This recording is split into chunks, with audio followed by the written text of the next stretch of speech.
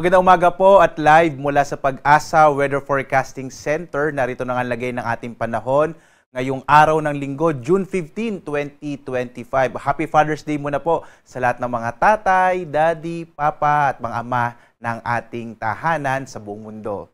At sa ating latest satellite images, makikita po natin na ang Intertropical Convergence Zone or yung ITCZ, ito yung salubungan ng mga hangin mula sa magkaibang hemispheres o hating globo ng mundo ay patuloy na nakakaapekto sa bahagi ng Mindanao, gayon din sa may silangang bahagi ng Kabisayaan. Ngayong araw, inaasahan pa rin natin ang maulap na kalangitan na mas malaking tsansa ng mga kalat-kalat na mga pag-ulan, pagkilat, pagulog sa may bahagi ng Mindanao at gayon din sa may Eastern Visayas. Sa nalalabing bahagi naman ng ating kapuluan, easterlies o yung hangin nagmumula pa rin sa karagatang Pasipiko ang siyang nakakaapekto sa ibang bahagi ng ating bansa. Makikita niyo halos walang masyadong kaulapan dito sa may kanlurang bahagi ng ating bansa dahil nga itong southwest monsoon na habagat ay bahagyangang humina at dahil dito inaasahan naman natin partikular na sa may bahagi ng Luzon na generally fair weather tayo pero posible pa rin yung mga thunderstorms sa hapon hanggang sa gabi. At base nga sa ating mga pinakahuling datos, wala pa rin tayong minomonitor na anumang low pressure area. In the next few days ay malit po yung chance na magkaroon tayo ng bagyo sa loob ng Philippine Area of Responsibility. Inaasahan din natin sa mga susunod na araw ay bahagyang mapupunta po sa may katimugang bahagi pa itong Intertropical Convergence Zone. Kaya posible po sa mga susunod na araw, mababawasan na rin yung mga pag-ulan sa may bahagi ng Eastern Visayas at dito sa may area ng Mindanao. At dito nga sa Luzon, makikita natin na malaking bahagi ng Luzon ay makararanas ng mas maaliwalas sa panahon. Pero posible pa rin yung mga thunderstorms sa hapon hanggang sa gabi dulot ng mga localized thunderstorms. Mainam, magdala pa rin tayo ng mga pananggalang sa ulan. Sa pagsisimula nga ng pasok or klase sa mga susunod na araw, ay inaasahan pa rin natin ang mga pag-ulan sa madaling araw at sa hapon hanggang sa gabi. Agwat nga ng temperatura sa Lawag, 27 to 33 degrees Celsius. Sa Baguio, 18 to 25 degrees Celsius. Sa Tuguegarao naman, 26 to 32 degrees Celsius. Habang sa Metro Manila, 27 to 34 degrees Celsius. Sa Tagaytay naman, 25 to 32 degrees Celsius. Habang hanggang 32 degrees Celsius din ang maranasan sa bahagi naman ng Legazpi sa Bicol.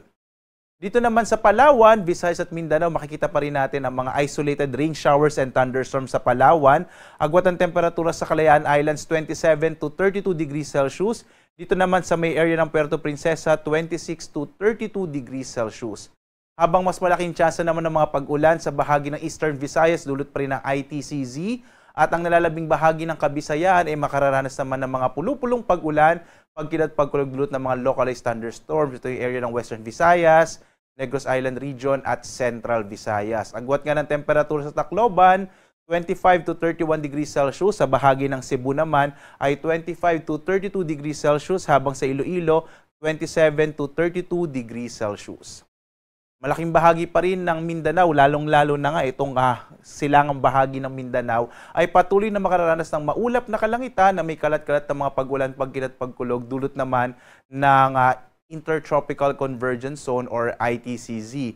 Agwat nga ng temperatura sa Zamboanga City, nasa 24 to 32 degrees Celsius.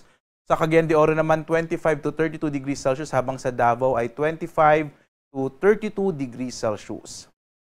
Sa lagay naman ng ating karagatan ay wala tayong nakataas na gale warnings sa anumang bahagi ng ating kapuluan. Dahil dito, ligtas naman pumalaot ang mga sakyang pandagat malilit na mga bangka sa mga baybayin ng ating bansa. Mag-ingat lamang po kapag may mga thunderstorms, posible pa rin biglang lumakas yung alon ng karagatan. Kaya iba yung pag-iingat lalo na nga sa mga maliliit na mga bangka. Ang araw naman natin ay sisikat mamayang 5:27 na umaga. Lulubog ito, ganap na 6:26 ng gabi.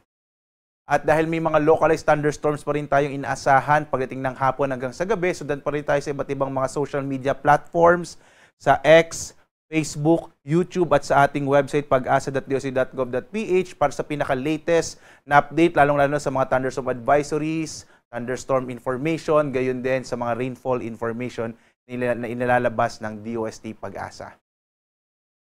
At live na nagbibigay update mula dito sa Pag-asa Weather Forecasting Center. Ako naman si Obet Badrina. Maghanda po tayo lagi para sa ligtas na Pilipinas. Maraming salamat po. Have a blessed Sunday sa inyong lahat. Muli, Happy Father's Day sa lahat ng mga tatay, papa at daddy.